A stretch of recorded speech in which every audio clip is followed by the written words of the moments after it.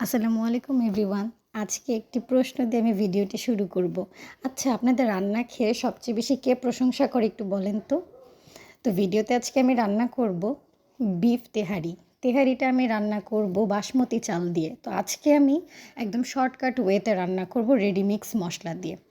তো বিরিয়ানির যে রেডিমেড মশলা পাওয়া যায় সেটা দিয়ে আমি রান্না করব। প্রথমে আমি তেলের মধ্যে পেঁয়াজ দিয়ে নিলাম, এরপরে গরম মশলা দিয়ে নিলাম, এরপর আদা বাটা, রসুন বাটা, জিরা গুঁড়া, ধনিয়ার গুঁড়া, এরপর হচ্ছে বিরিয়ানি মশলা, এরপর খানিকটা আমি মরিচের গুঁড়া দিয়েছি, এরপর এখানে টক দই দিয়ে ভালো মতো মশলাটা কষিয়ে নিলাম। এরপরে এখানে আমি দিয়েছি গরুর মাংস। আমি না সবসময় আপনাদের বিরিয়ানি, তেহারি, পোলাও, রোস্ট এই ধরনের রিচ ফুড খাবার রান্না দেখাই, তাই না?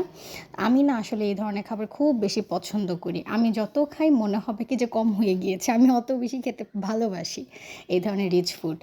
তো এরপরে হচ্ছে যখন আমার মাংসটা রান্না হয়ে গেল বিরিয়ানির, এরপর আমি এখানে বাসমতি চালগুলো দিয়ে দিব। বাসমতি চাল বেশি একটা ভাজতে হয় না, কারণ কি ভাজতে গেলে দেখা যাবে কি যে চালগুলা ভেঙে যাবে। এরপর এখানে আগে থেকে ভেজে রাখা আলু দিয়ে দিলাম। আমি আলু খুব বেশি পছন্দ করি, যে খাবারে আলু যায় সে খাবারে আমি আলু দিতে খুব পছন্দ করি। আমি এবং আমার হাজব্যান্ড আমরা দুইজনই খুব পছন্দ করি। এরপর চালের অনুযায়ী আমি সেখানে গরম পানি অ্যাড করে দিলাম। সব সময় পোলাও বলেন, খিচুড়ি বলেন অথবা তেহারি, বিরিয়ানি যেটাই রান্না করেন পানিটা সবসময় গরম পানি দিবেন। আর এখানে আমি দিয়ে দিলাম চিনি। চিনি এখানে অ্যাড করাতে মিষ্টি হবে না, বাট খুব সুন্দর একটা ফ্লেভার আসবে। এরপর পানিটা যখন বলক উঠে কমে আসবে আমি এরপর দমে দিয়ে দিব। এটা ফাইনাল নেড়ে দিব। এরপর আমি আর নাড়ব না, একবার যখন হয়ে যাবে তখন আমি নেড়ে দিব।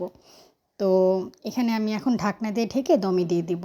এখানে আমার বিরিয়ানিটা হয়ে গেল। তো তার আগে না আমি এখানে ঘি অ্যাড করেছিলাম, যেটার ভিডিও ক্লিপ আমি নিতে ভুলে গিয়েছি। তো এই যে দেখছেন কত সুন্দর ঝরঝরা হয়েছে, চাল একটাও ভাঙবে না। বাসমতি চাল বা পোলাওর চাল বেশি নাড়াচাড়া করলেই ভেঙে যায়, তো চেষ্টা করবেন যত কম নাড়া যায়। এরপর আমি বেরেস্তা দিয়ে পরিবেশন করে নিলাম। সেদিন আবার অবশ্য আমি রান্না করেছিলাম চিকেন কোরমা। কোরমাটা আসলে খাওয়া হয়নি, বিরিয়ানির টেস্টটা মাশাআল্লাহ এত ভালো এসেছিল। আসলে জানেন একটা বিষয়, আমি না এই ধরনের রান্না আমার হাজব্যান্ডের কাছ থেকেই শিখেছি।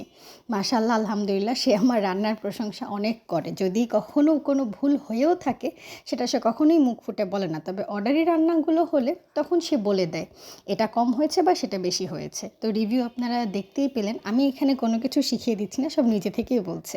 আপনারা সবাই দোয়া করবেন আমরা যেন এরকম সবসময় ভালো থাকতে পারি।